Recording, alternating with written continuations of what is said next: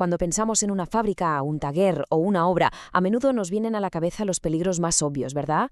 Una máquina ruidosa, algo que se puede caer. Pero la realidad es que muchos de los riesgos más serios son silenciosos, casi invisibles.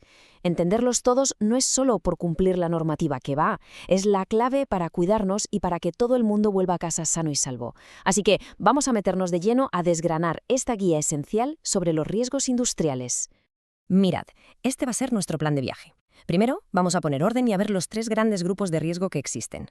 Luego nos arremangamos para entender bien los peligros físicos y mecánicos, los más tangibles. Después nos sumergiremos en el complejo mundo de los riesgos químicos. Veremos por dónde se nos pueden colar estas sustancias en el cuerpo. Y para terminar, descubriremos el fascinante proceso ADM, que es básicamente cómo nuestro organismo libra la batalla contra ellos. Vamos allá. Vale, ante la cantidad de peligros que puede haber en un entorno industrial, la pregunta es, ¿por dónde empezamos? Pues la clave está en clasificar, en agrupar. Resulta que casi cualquier riesgo laboral se puede meter en una de 3 grandes familias. Si entendemos estas categorías, ya tenemos el primer paso para anticiparnos al peligro. Entonces, la pregunta del millón es ¿a qué nos enfrentamos realmente en el día a día? Y da igual si hablamos de una planta química o un pequeño taller, porque los peligros, en su raíz, son los mismos en todas partes. Vamos a ponerles nombre a esas 3 grandes familias de riesgos. Y aquí los tenemos. Primero, los riesgos físicos, que son los que tienen que ver con la energía del entorno, el ruido, la luz, la temperatura. Luego, los mecánicos, todo lo relacionado con el movimiento, con las máquinas, las herramientas. Y por último, los químicos, que como su nombre indica, vienen de las sustancias con las que trabajamos. Empecemos por los 2 primeros, que son, digamos, los más fáciles de ver y sentir. Estos son sin duda los riesgos más intuitivos, ¿verdad? Son esos que percibimos con nuestros sentidos, el ruido que oímos, la máquina que vemos moverse, el calor que sentimos. Son los peligros que de alguna manera nos avisan de que están ahí. Pensemos un momento en el ambiente de trabajo. Un riesgo físico puede ser el ruido constante de una máquina que día a día va dañando la audición sin que apenas nos demos cuenta, o una mala iluminación que nos deja la vista hecha polvo.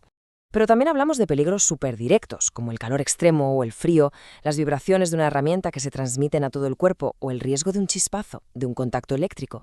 Al final, todo esto no son más que formas de energía que, si no se controlan, nos pueden hacer mucho daño. Y si los riesgos físicos están en el ambiente, los mecánicos están en la acción, en el movimiento. Aquí ya hablamos de la interacción directa con máquinas, herramientas y objetos. Desde el peligro de una caída, un golpe tonto, hasta cosas mucho más serias como un aplastamiento o un atrapamiento, o el cizallamiento, que es ese efecto de corte tan peligroso. Y ojo, no hay que olvidarse de uno de los más comunes y que a veces subestimamos, el simple desorden, que puede provocar un montón de accidentes. Venga, pasamos ahora a un terreno más complicado y, como decíamos, a menudo invisible. Los riesgos químicos son de los más traicioneros precisamente por eso, porque no siempre nos alertan de su presencia con un ruido o un movimiento. Así que es fundamental entender cómo se clasifican para poder tenerlos bajo control. Para controlar un producto químico lo primero es conocerlo, y para eso lo vamos a analizar desde 3 puntos de vista. Primero, su toxicidad, cómo de malo es. Segundo, su naturaleza química, si es orgánico o inorgánico. Y tercero, y esto es clave, su estado físico, porque claro, no es lo mismo enfrentarse a un sólido, a un líquido o a un gas.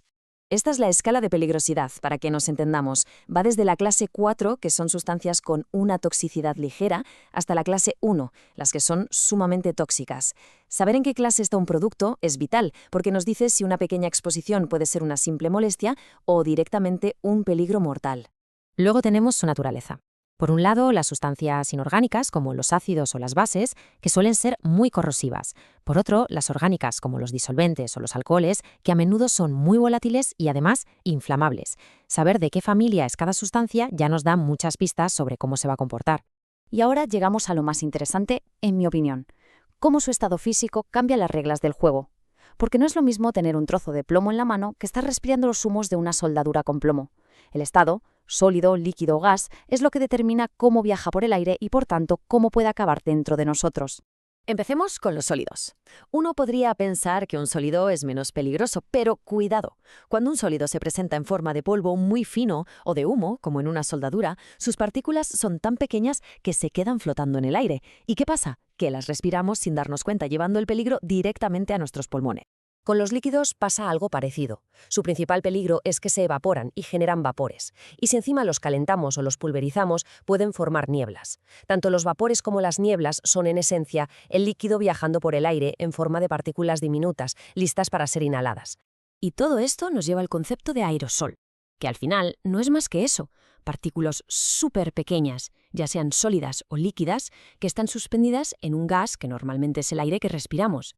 Su gran peligro es que pueden quedarse ahí flotando durante mucho tiempo y al respirarlas pueden llegar a lo más profundo de nuestro sistema respiratorio. Muy bien, ya sabemos qué tipos de riesgos hay y cómo se presentan, sobre todo los químicos. La pregunta lógica ahora es, de acuerdo, están ahí, en el ambiente, pero ¿cómo consiguen atravesar las barreras de nuestro cuerpo y hacernos daño? Vamos a ver cuáles son esas puertas de entrada. Básicamente, nuestro cuerpo tiene 4 puertas principales. La más común o peligrosa en la industria es sin duda la respiratoria, inhalar algo que está en el aire. La segunda es la digestiva, que suele ser por un descuido, como comer o beber con las manos contaminadas. La tercera es la dérmica. La piel parece una buena barrera, pero hay muchas sustancias capaces de atravesarla. Y la última, la parenteral, es la más directa. A través de un corte, un pinchazo, el tóxico entra literalmente en nuestro sistema. Vale, imaginemos que la sustancia ya ha conseguido entrar. ¿Qué pasa ahora? Pues que el cuerpo no se queda quieto. Inmediatamente se pone en marcha un proceso súper complejo para intentar gestionar ese intruso.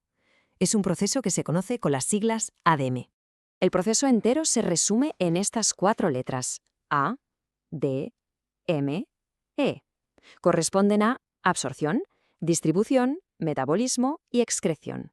Podemos imaginarlo como el viaje completo que hace una sustancia extraña por nuestro cuerpo, desde el momento en que entra hasta que con suerte conseguimos expulsarla. El viaje empieza con la A de absorción. Este es el momento crucial en el que la sustancia consigue cruzar la barrera, ya sean los pulmones, la piel o el estómago, y llega al torrente sanguíneo. La sangre va a ser su autopista. Una vez en la autopista de la sangre, empieza la D de distribución. El sistema circulatorio se encarga de repartir la sustancia por todo el organismo, y dependiendo de cómo sea esa sustancia, tenderá a acumularse más en unos sitios que en otros, como el hígado, los riñones, la grasa o incluso en los huesos. Después viene la M de metabolismo. Aquí el cuerpo, y sobre todo el hígado, que es nuestra gran depuradora, intenta transformar esa sustancia. El objetivo es convertirla en algo menos tóxico y, muy importante, en algo más fácil de eliminar, normalmente haciendo que se pueda disolver en agua. Y llegamos al final del viaje, a la E de excreción. Es la fase de limpieza. El cuerpo se deshace de la sustancia ya transformada, o de lo que queda de ella, a través de la orina, las heces, el sudor e incluso a través del aliento. Y con esto el ciclo se completa. Después de todo este recorrido, desde los golpes y caídas hasta los complejos procesos biológicos, nos queda una reflexión en el aire. De todos estos riesgos que hemos repasado, ¿cuál creemos que es el que más tendemos a subestimar en nuestro día a día, ya sea en el trabajo o fuera de él? Porque al final, ser conscientes del riesgo es siempre el primer paso para poder evitarlo.